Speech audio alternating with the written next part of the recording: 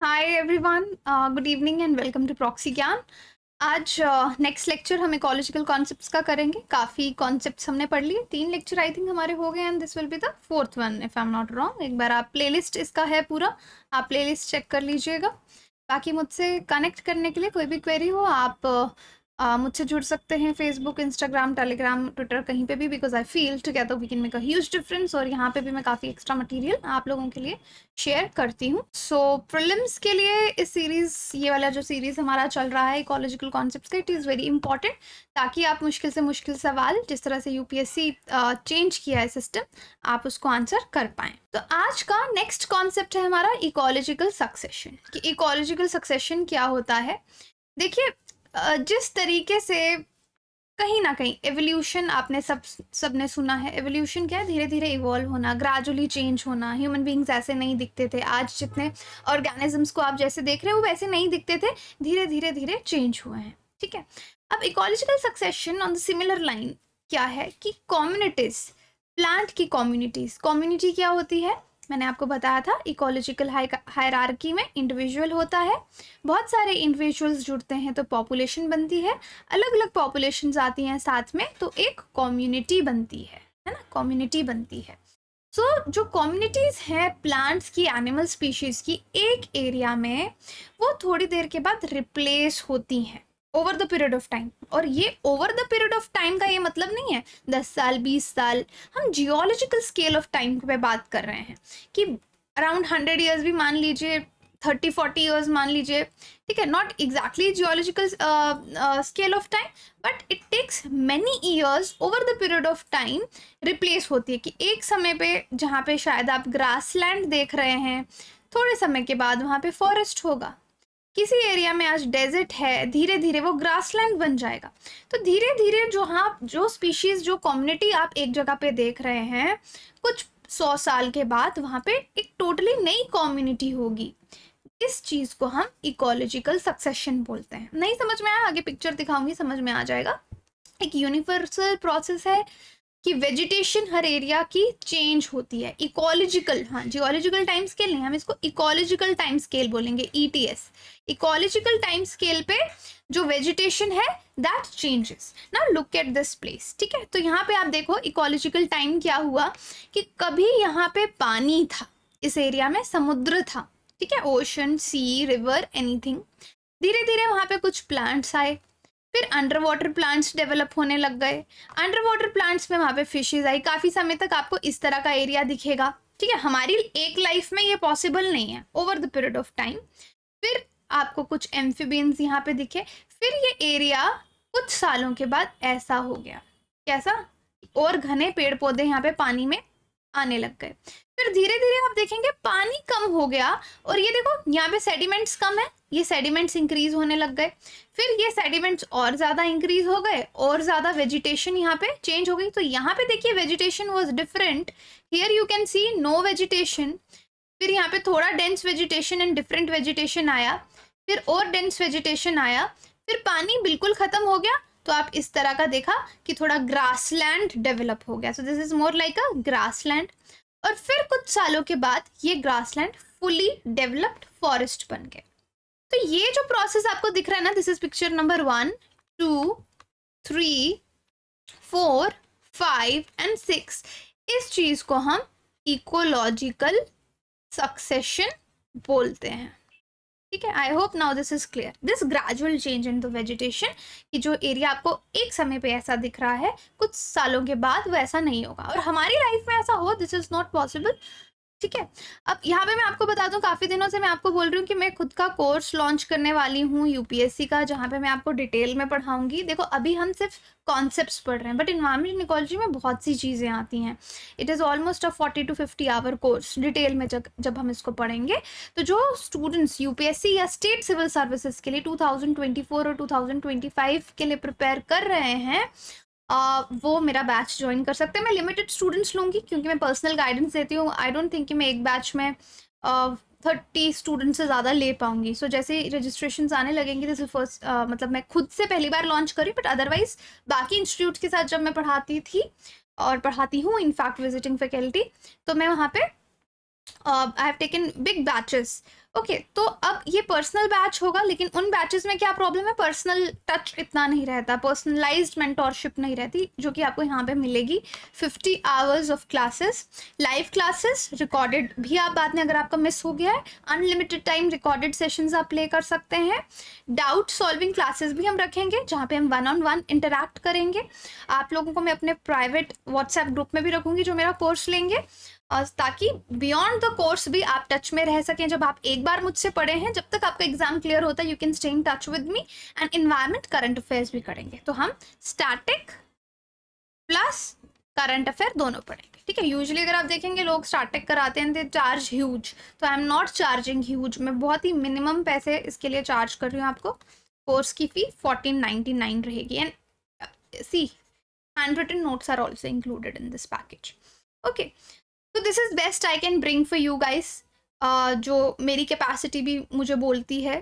सो अगर आप लेना चाहें तो आप इस पर स्कैन कीजिए, और आप मुझे पिंग कीजिए मेरे सोशल मीडिया पे, या मेरा एक व्हाट्सएप नंबर है जिसको मैं आपके साथ शेयर करूँगी। मेरे सोशल मीडिया पे हर जगह मेरा व्हाट्सएप नंबर दिया हुआ है, वहाँ पे आप मुझे स्क्रीनशॉट भेजेंगे।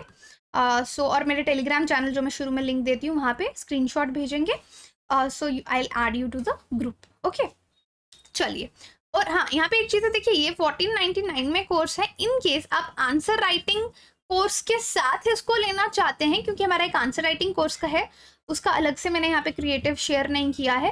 बट अगर आप इन्वायरमेंट का कोर्स और आंसर राइटिंग भी मैं ही सिखाऊंगी, और आंसर राइटिंग सिर्फ इन्वायरमेंट की नहीं, ऑल जीएस पेपर्स की, 1 मंथ का सब्सक्रिप्शन लेंगे अगर आप आंसर राइटिंग का। देखो इन्वायरमेंट इकोलॉजी कोर्स तो 50 आवर्स जो है वो तो आपको मिलेगा ही मिलेगा, प्लस आंसर राइटिंग 1 महीने का लेंगे तो 2499 में आपको दोनों पढ़ेंगे। एंड 3 महीने का लेंगे तो 3999, 3 महीने तक आपका आंसर राइटिंग इवैल्यूएट भी होगा, चेक करके भी आपको आंसर मिलेगा। एंड 15 वीडियो क्लासेस भी होंगी। And I try to bring an expert already जिन्होंने एग्जाम निकाला हो यूपीएससी का, कोई आईएएस ऑफिसर आपके लिए लेके आएंगे जो अपने इनसाइट्स आपके साथ शेयर करेंगे। Will have a private WhatsApp group here also, तो जैसा आपको ठीक लगे आप मुझे कांटेक्ट कर सकते हैं इसके बारे में। चलिए, तो कोर्स फाइनली लॉन्च करना था, लॉन्च कर दिया। नाउ, पायोनियर कम्युनिटी क्या होती है? पायोनियर्स हम किसको बोलते हैं? जो कुछ शुरू करें, फर्स्ट पीपल। जैसे एडटेक में रेवोल्यूशन आया, तो कुछ कंपनीज थी जो शुरू में ऑनलाइन एजुकेशन में आई, तो हम उनको बोलेंगे pioneers of edtech industry. So I started my career जब ये ऑनलाइन इंडस्ट्री शुरू हुई। You can say we are one of the pioneer educators जो ऑनलाइन एजुकेशन में आए, ठीक है। So pioneers first group of organisms जो अपनी कम्युनिटी, पहला ग्रुप ऑफ ऑर्गेनिजम्स जो अपनी कम्युनिटी इस्टेब्लिश करते हैं, तो उनको पायनियर कम्युनिटी कहा जाता है। Examples are very important in environment, lichen, moss, microbes, इनको हम पायनियर कम्युनिटी बोलते हैं। आगे सेरल स्टेज क्या है? अब अलग अलग, जैसे क्योंकि आपको मैंने दिखाया इकोलॉजिकल सक्सेशन में क्या हो रहा है कि ऐसे एक स्टेज है, फिर थोड़े समय बाद वहाँ पे अलग तरह का वेजिटेशन आ रहा है, फिर अलग तरह का आ रहा है। तो ये जो है ना, जैसे पीछे मैंने आपको ये पिक्चर्स दिखाई थी ना, so this is the first stage, this is second, 1 2 3 4 5 6 लिखा था ना, इनको हम बोलते हैं सेरल स्टेजेस, ठीक है। कि आप कभी आप देखेंगे ग्रासेस हैं, कभी हर्ब्स हैं, फिर श्रब्स आ गए, फिर फॉरेस्ट आ गया, these are the seral stages. फिर जो लास्ट वाला स्टेज होगा, मूवी खत्म होती है तो बोलते हैं मूवी का क्लाइमैक्स पसंद नहीं आया, that is the last stage. तो जो लास्ट स्टेज होगी उसको हम क्लाइमैक्स बोलेंगे, ओके। नाउ स्टेज, अब फॉरेस्ट सक्सेशन की बात करते हैं। इकोलॉजिकल सक्सेशन का एग्जाम्पल मैं आपको यहाँ पे दे रही हूँ, this is an example, okay, कि स्टेजेस ऑफ फॉरेस्ट सक्सेशन। तो पायनियर, शुरू में आपके ऐसे छोटे छोटे प्लांट्स या लाइकेन कुछ भी आए, यहाँ पे मॉसेस आए, फिर perennial plants, this is the second stage, फिर श्रब्स, थोड़े से वुडी पायनियर जो है वो कम्युनिटी यहाँ पे इस्टेब्लिश होने लग गई, फिर पायनियर ट्रीज, यंग फॉरेस्ट बना, and this is the climax final stage. So these are the seral stages, okay. Next, अब सक्सेशन अलग अलग तरह का होता है, primary, secondary, autogenic, allogenic, autotrophic, heterotrophic. So ये अलग अलग टर्म्स हैं, तो क्विकली इनको डिस्कस करेंगे, एग्जाम में आपको पूछा जा सकता है। प्राइमरी, कोई भी चीज पहली, development of plant community on a barren area, खाली जगह थी जहाँ पे प्लांट्स उगना शुरू हुए। सेकेंडरी सक्सेशन हो गया, कोई एरिया था वो डिस्ट्रॉय हुआ है, उसके बाद वहां पे कुछ ग्रो करना शुरू किया, दैट इज सेकेंडरी सक्सेशन। ठीक है, कि एक पहले सोचो एक ग्रासलैंड था, वहां आग लग गई, सब तबाह हो गया, फिर डिस्ट्रक्शन के बाद वहां पे लाइफ फिर से हुई, तो दैट इज सेकेंडरी सक्सेशन। लेकिन प्राइमरी में ऐसा नहीं है, प्राइमरी में शुरू से वो खाली था, फिर लाइफ कम्युनिटीज वहां पे आने लग गई। ऑटोजेनिक, अगर सक्सेशन कंट्रोल हो रहा है, वहां के बायोटिक कंपोनेंट्स, वहां के प्लांट्स, एनिमल्स, माइक्रो ऑर्गेनिजम्स उसको कंट्रोल कर रहे हैं, लिविंग फैक्टर्स, तो उसको ऑटोजेनिक सक्सेशन बोलते हैं। और अगर एलोजेनिक है तो वहाँ के एबायोटिक, वहाँ का रेनफॉल कितना है, ह्यूमिडिटी क्या है, वो डिसाइड करेगी कि क्या प्लांट्स, किस तरह की कम्युनिटीज वहाँ पे आएंगी, वो एलोजेनिक सक्सेशन होगा। ऑटोट्रॉफिक सक्सेशन होगा, it occurs in the medium that is rich in inorganic substances, जहाँ पे इनऑर्गेनिक सब्सटेंसेस है, वहां पे कौन सी कम्युनिटी ग्रो कर रही है, उसको ऑटोट्रॉफिक सक्सेशन बोलेंगे, जो कि इनऑर्गेनिक सब्सटेंसेस की वजह से होगा। और हेटेरोट्रॉफिक में जो मीडियम होगा वो ऑर्गेनिक, वहां पे बहुत सारे प्लांट्स, एनिमल्स कभी दबे होंगे, तो ऑर्गेनिक सब्सटेंसेस की वजह से सक्सेशन होगा, वो हेटेरोट्रॉफिक सक्सेशन होगा। ओके, तो look at the primary succession. Primary succession क्या है, मैंने आपको कहा एक जगह जो पहले से ही खाली पड़ी है, naturally bare rock, barren land है ना, वहां पे लाइफ, लाइकन्स ग्रो करने लग गए, फिर छोटे छोटे प्लांट्स, लाइकन्स, फिर ग्रासेस, फिर young forest, and then the big forest, that is climax community. So you can see here you will find the pioneers, जिन्होंने शुरू किया सक्सेशन, जहां पे एंड हुआ क्लाइमेक्स, एंड। तो दीज आर द सेरल, फिर से रिवाइज करा रही हूँ, सेरल स्टेजेस इन बिटवीन, या सेरेस। ओके, सेकेंडरी सक्सेशन में क्या बताया था, जब कुछ डिस्ट्रॉय हो रहा है, खत्म हो रहा है, फिर कुछ शुरू हो रहा है, दैट इज सेकेंडरी सक्सेशन। तो ये पूरा जंगल था, यहाँ पे आग लग गई, सब डिस्ट्रॉय हो गया। अब डिस्ट्रॉय होने के बाद ये एरिया बैरन हो गया, फिर यहाँ पे लाइकन्स आए, फिर पायनियर स्पीशीज आए। ठीक है, तो ये चीज याद रखनी है, दिस इज सेकेंडरी। अगेन वही ग्रासेस, आगे वाला स्टोरी सेम रहेगा, बट यहाँ पे डिपेंड करेगा किसी चीज का ओरिजिन कैसे हुआ है। ओके, चलिए अब नेक्स्ट टॉपिक है, इसको होम्योस्टेसिस को नेक्स्ट में डिस्कस करेंगे हम। होम्योस्टेसिस क्या होता है, तब तक आप मुझे कमेंट सेक्शन में बता सकते हैं, नेक्स्ट में डिटेल में डिस्कस करेंगे। लेकिन होम्योस्टेसिस को कंफ्यूज मत कीजिएगा, एक होम्योस्टेसिस हम साइंस में पढ़ते हैं as a concept of bio, but this homeostasis ये इकोलॉजी का कॉन्सेप्ट है। इकोलॉजी क्या होती है, फर्स्ट लेक्चर में बताया था, कमेंट सेक्शन में बताइए। चलिए, थैंक यू सो मच।